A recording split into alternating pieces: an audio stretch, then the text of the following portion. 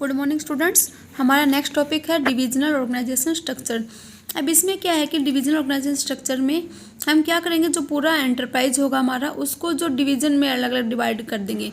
तो डिवीजन कैसे बनाएंगे, मेजर प्रोडक्ट के बेसिस पर, जो भी हमारे प्रोडक्ट मैन्युफैक्चर किए जाएंगे उसके बेस पर हम इसको डिवाइड करेंगे। तो ये हमारा डिविजनल ऑर्गेनाइजेशन स्ट्रक्चर था। फंक्शनल में हमने फंक्शंस या एक्टिविटी के बेस पे किया था और डिविजनल में हम प्रोडक्ट के बेसिस पे करेंगे। तो it refers to the division of the whole enterprise on the basis of different products, कि हम प्रोडक्ट के बेसिस पे कर सकते हैं, जियोग्राफिकल एरिया के बेसिस पे कर सकते हैं, कस्टमर ग्रुप के बेसिस पे हम इसको डिवाइड कर सकते हैं।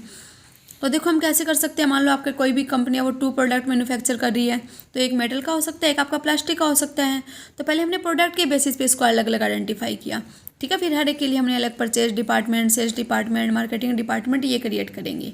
तो देखो इसकी डायग्राम की हेल्प से देख लेते हैं। तो ये दिया हुआ आपको, पैसों से पहले आपका शेयर होल्डर होगा, उसके अंडर बोर्ड ऑफ डायरेक्टर्स आएंगे, उसके अंडर जनरल मैनेजर आएंगे, जनरल मैनेजर के अंडर आपके कौन आएंगे, मेटल प्रोडक्ट्स डिवीजन आएगा आपका, और साथ में आपका प्लास्टिक प्रोडक्ट्स डिवीजन आएगा। अब जो आपका मेटल प्रोडक्ट्स डिवीजन है उसके लिए फिर हमने अलग से production department, marketing department, finance department, personal department create किए। ऐसे ही हमने क्या किया, जो प्लास्टिक प्रोडक्ट डिवीजन है उसके लिए भी हमने अलग प्रोडक्शन, मार्केटिंग, फाइनेंस और पर्सनल डिपार्टमेंट अलग अलग क्रिएट कर लिए। तो मेन बेसिस क्या था, लास्ट वाले में तो हमने क्या किया, कितने भी प्रोडक्ट हो आपको मेनली आपने फंक्शंस के बेस पे डिवाइड किया था, सारे जो प्रोडक्ट है वो इसी कैटेगरी में आ गए थे आपके।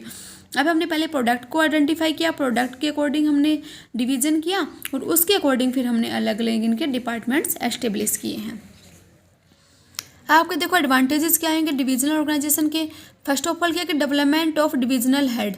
तो यहाँ पे क्या है कि हेड जो हर एक डिवीजन का वो सारा क्या करेगा, सारे फंक्शन देखेगा प्रोडक्ट से रिलेटेड, ठीक है ना। चाहे आपका जैसे यहाँ पे क्या है, जो प्लास्टिक जो मेटल प्रोडक्ट है उसका जो हेड होगा वो मेटल प्रोडक्ट से रिलेटेड सारे डिवीजन देखेगा, चाहे आपके प्रोडक्शन डिपार्टमेंट है, मार्केटिंग है, फाइनेंस है, पर्सनल, सारे इसी के अंडर आएंगे। तो वही इसमें दे रखा आपका कि सारे देखेगा वो, तो ये डेवलप करेगा varied skill in a divisional head में, सारी स्किल डेवलप होंगे आपके डिविजनल हेड में। नेक्स्ट आपके divisional result can be assessed. हर एक डिवीजन का रिजल्ट वो भी आप असेस कर सकते हो कि कौन से प्रोडक्ट की सेल ज़्यादा हो रही है, कौन से प्रोडक्ट आपका प्रॉफिटेबल है, कौन सा अनप्रॉफिटेबल है, ठीक है ना, कौन सा आपको कंटिन्यू रखना चाहिए, कौन सा नहीं रखना चाहिए। तो इसका रिजल्ट भी आप असेस कर सकते हैं। Next quick decision making.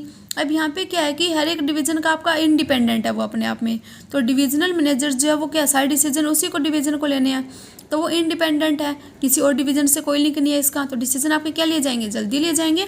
तो यही इसमें दिया गया कि जो मान लो मेटल प्रोडक्ट का जो हेड है उसको प्लास्टिक डिपार्टमेंट वाले हेड से कुछ लेना देना नहीं है, वो सारे डिसीजन अपने प्लास्टिक से रिलेटेड ही है, जो मेटल से रिलेटेड ये मैनेजर लेगा और प्लास्टिक से रिलेटेड ये मैनेजर लेगा, इसके सारे जो फंक्शंस होंगे उसके रिगार्डिंग। तो यही आपका डिसीजन आपके क्विक लिए जाएंगे। नेक्स्ट आपका इजी एक्सपेंशन। अब आपने क्या है, मान लो कोई और प्रोडक्ट लॉन्च करना है, कोई न्यू प्रोडक्ट लेके आना है, तो वैसे आप क्या करेंगे, जैसे 2 प्रोडक्ट हैं वैसे मान लो आपको कोई और, जैसे मेटल का हो गया, आपका प्लास्टिक का हो गया, इसके साथ मान लो कोई और प्रोडक्ट आपने लॉन्च करना है, तो वही 3rd प्रोडक्ट आप लॉन्च कर देंगे और उसी के अलग से आपके production department, marketing department, finance और पर्सनल डिपार्टमेंट क्रिएट कर देंगे। तो न्यू प्रोडक्ट लॉन्च करने में भी आपको यहाँ पे इस केस में प्रॉब्लम राइज नहीं होगी।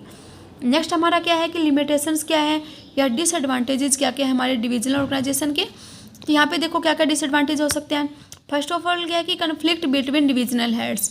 अब डिविजनल हेड्स में आपका कन्फ्लिक्ट हो सकता है, कैसे हो सकता है कि हर एक डिवीजन हेड क्या चाहेगा, अपनी सुपरमेसी चाहेगा, तो वो अपनी डिमांड को फुलफिल करने के लिए क्या चाहेगा कि मैक्सिमम रिसोर्सेज उसी को मिले, और ये से क्या आपके जो डिविजनल हेड है उनके बीच में क्या हो जाएगा, कन्फ्लिक्ट अराइज हो जाएगा। जैसे प्रोडक्शन जो मेटल वाला है वो चाहेगा कि सारे रिसोर्सेज उसको मिले, प्लास्टिक वाला चाहेगा कि मैक्सिमम रिसोर्सेज उसको मिले, तो इनमें क्या होगा, कन्फ्लिक्ट अराइज होएगा। ऑर्गेनाइजेशन का ऑब्जेक्टिव जो है वो उसमें क्या हो जाएगा, कन्फ्लिक्ट अराइज होएगा, फिर मतलब प्रॉब्लम क्रिएट होगी उसको अचीव करने में। नेक्स्ट क्या है कि डुप्लीकेसी ऑफ फंक्शंस। अब यहाँ पे डुप्लीकेसी कैसे हो रही है फंक्शन की, प्रोडक्शन डिपार्टमेंट आपका यहाँ पे भी एस्टेब्लिश किया, आपने यहाँ पर भी किया, मार्केटिंग आपका इसके अंडर भी हो रहा है, इसके अंडर भी है, ऐसे ही आपका फाइनेंस और पर्सनल डिपार्टमेंट भी दोनों के अंडर हो रहा है। तो यहाँ पे क्या कि 2 फाइनेंस डिपार्टमेंट मैनेजर अपॉइंट करने पड़े, 2 आपको मार्केटिंग मैनेजर, 2 प्रोडक्शन मैनेजर, तो डुप्लीकेसी हो रही है नहीं कि नहीं हो रही एक्टिविटीज़ की। तो ये आपका सारे फंक्शंस की क्या हो रही है, यहाँ पे डुप्लीकेसी हो रही है। इसके लिए आपको क्या रिसोर्सेज भी मिसयूज हो रहे हैं और आपकी कॉस्ट भी ज़्यादा इनकर करनी पड़ रही है आपको। नेक्स्ट आपका सेल्फिश एटीट्यूड। अब एटीट्यूड भी क्या है, सेल्फिश होगा यहाँ पे, क्यों होगा, क्यों हर एक डिवीजन क्या चाहेगा कि बेटर परफॉर्मेंस रहे उसकी, ठीक है, चाहे उसको दूसरे की कॉस्ट कितनी भी इनकर करनी पड़े, चाहे दूसरे से कितना ही लॉस हो जाए या दूसरे की सेल्स कितनी डिक्रीज हो, हमें अपना प्रॉफिट इंक्रीज करना है, ये एटीट्यूड रहता है मेनली। हर एक जो डिवीज़न है उसके मैनेजर का। तो ये क्या इंडिकेट करते हैं, सेल्फिश एटीट्यूड को शो कर रहा है, और इसकी वजह से जो इंटरेस्ट, जो पूरे ऑर्गेनाइजेशन का इंटरेस्ट है वो आपका क्या हो जाएगा, वो प्रॉब्लम क्रिएट होगी उसको अचीव करने में। अब नेक्स्ट देखो, सुटेबिलिटी कहाँ कहाँ है आपके डिविजनल ऑर्गेनाइजेशन के। तो जो डिविजनल ऑर्गेनाइजेशन है वो आपका कहाँ सुटेबल रहेगा, तो इसके लिए मेनली आपका फर्स्ट ऑफ ऑल क्या है कि where the number of main products is more than one, जहाँ पे नंबर जो मेन प्रोडक्ट के एक से ज़्यादा हैं, या फिर यहाँ पे क्या है कि डिफरेंट मैन्युफैक्चरिंग टेक्नोलॉजीज या मार्केटिंग मेथड आपकी रिक्वायर्ड होती हैं, या वहाँ पर जहाँ पे क्या साइज़ जो कंसर्न का आपका रियली लार्जर साइज़ आपका जो है बहुत ज़्यादा है, तो इस केस में ये हमारा डिविजनल ऑर्गेनाइजेशन स्ट्रक्चर हमारा क्या रहेगा, सुटेबल रहेगा। अब देखो फंक्शनल और डिविजनल ऑर्गेनाइजेशन स्ट्रक्चर, अब दोनों में क्या दोनों सेम है या डिफरेंट है, तो दोनों आपके डिफरेंट है। अब क्या क्या डिफरेंसेस है दोनों में, उसका हम कॉम्परेटिव स्टडी यहाँ पर करेंगे। फर्स्ट ऑफ ऑल क्या बेसिस ऑफ डिफरेंस, पहले हमारा फंक्शनल है फिर हमारा डिविजनल है। तो फॉर्मेशन, अब फंक्शन में किसके बेसिस पे फॉर्म किया जाता है, ये ऑन द बेसिस जो वर्क के बेसिस पे करते हैं हम, जिससे हमें जो फंक्शनल है उसमें क्या किया, वर्क के बेसिस पे या एक्टिविटीज़ के बेसिस पे हमने डिवाइड किया, प्रोडक्शन एक्टिविटीज़ के बेसिस पे, सेल्स एक्टिविटीज़ के बेसिस पे, ठीक है। तो वर्क के बेसिस पे आपका ये डिवाइड हुआ।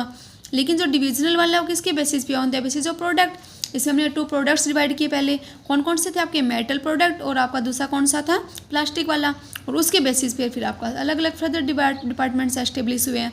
तो फॉर्मेशन क्या आपका वर्क के बेसिस पर और आपका प्रोडक्ट के बेसिस पर हुए हैं। नेक्स्ट आपका स्पेशलाइजेशन, अब फंक्शनल जो स्ट्रक्चर है किस में स्पेशलाइज होंगे, स्पेशलाइजेशन ऑफ जॉब होगी यहाँ पर, कि मार्केटिंग मैनेजर मार्केटिंग में एक्सपर्ट होगा, सेल्स मैनेजर जो है वो सेल्स में एक्सपर्ट होगा, ठीक है। अब ऐसे ही आपका जो पर्सनल मैनेजर है पर्सनल एक्टिविटीज़ में एक्सपर्ट होगा। लेकिन इसमें स्पेशलाइजेशन क्या आपकी प्रोडक्ट के बेसिस पर है, ठीक है ना, प्रोडक्ट में स्पेशलाइज होंगे। जैसे हमारे जो प्लास्टिक जो प्रोडक्ट है उसका जो हेड होगा वो प्लास्टिक प्रोडक्ट से आपका सारी एक्टिविटीज़ को हैंडल करने में एक्सपर्ट होगा।